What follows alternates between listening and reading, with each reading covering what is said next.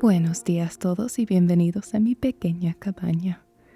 It was a quiet evening at the cottage yesterday. The days are quickly growing darker, and already several of my more delicate flowers have been taken by an early morning frost. I try to spend at least half an hour reading every night, and lately the days have been so much shorter I've embraced lighting candles. I remember as a literature student in Ireland, I read about how people used tallow candles in the past. They were made of animal fat and smelled horrible. Consequently, paraffin and other types of wax were much preferred and eventually replaced it. I'm quite grateful I can light my beeswax tapers and that my home smells like roasted honey instead of animal fat.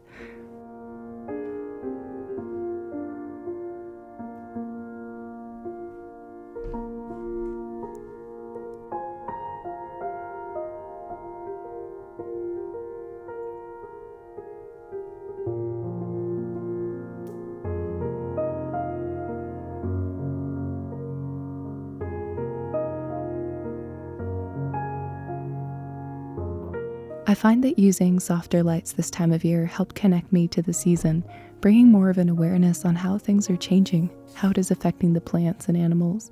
It is a harbinger of the coldest half of the year, a warning to the natural world to prepare in haste as time is running out.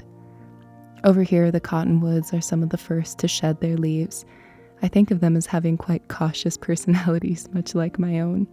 The moment things seem overly dry or at the slightest hint of a frost, they begin to diminish, drop their leaves, and grow dormant.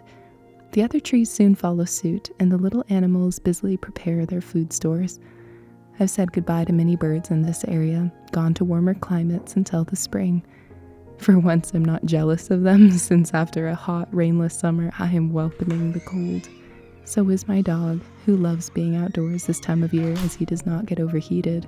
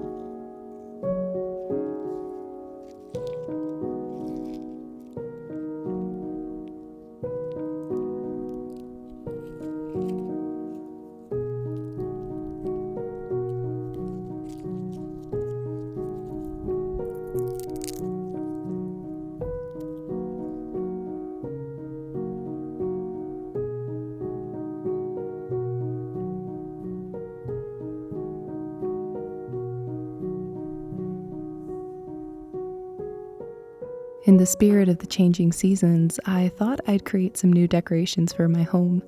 Recently, I've been reading a lot about old photography techniques from the past. My interest was piqued since I spent so much more time using my camera this year.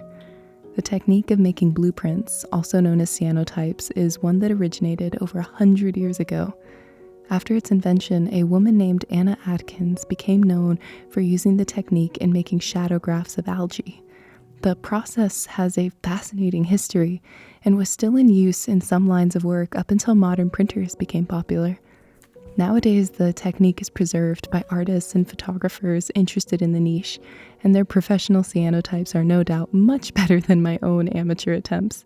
However, it is so much fun to try new things and through that relive more positive aspects of the past.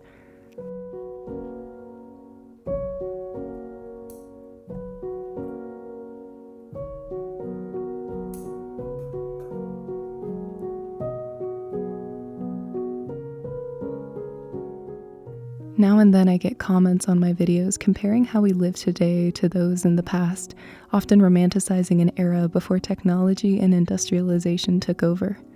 While there definitely has been a lot lost through these transitions and many tragedies in the process, I believe much has also been gained, depending on how you look at it. As someone who loves history and learning about the past, through my own process of discovery, I began to deeply value living not only in my specific location, but in this century. For example, my mother is not white, and she and my father would have struggled to have their marriage legally recognized in the US up until the 60s. My existence wouldn't be guaranteed at any other time, and if I had, I would have not been raised bilingual or probably proud of my heritage. Neither could I have so easily gone to university and started my own business. I do not romanticize the past, but I do think it is full of rich stories that we need to know.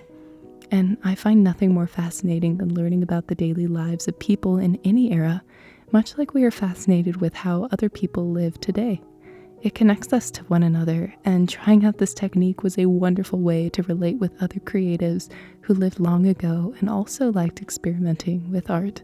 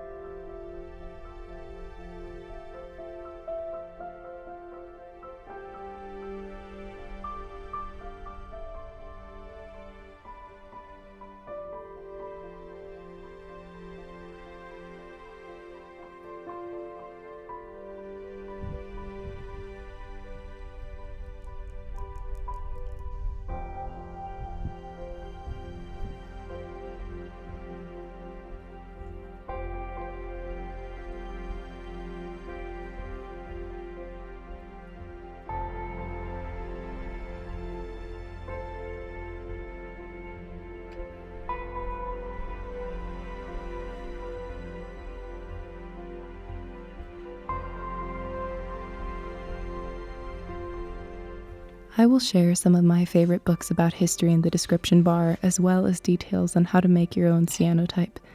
This was so much fun, and I encourage you to try this technique out, as the materials are affordable and can be used on fabric as well as paper. Deseándote una noche llena de paz y sueños dulces. Te veré la semana que viene. Sending my love.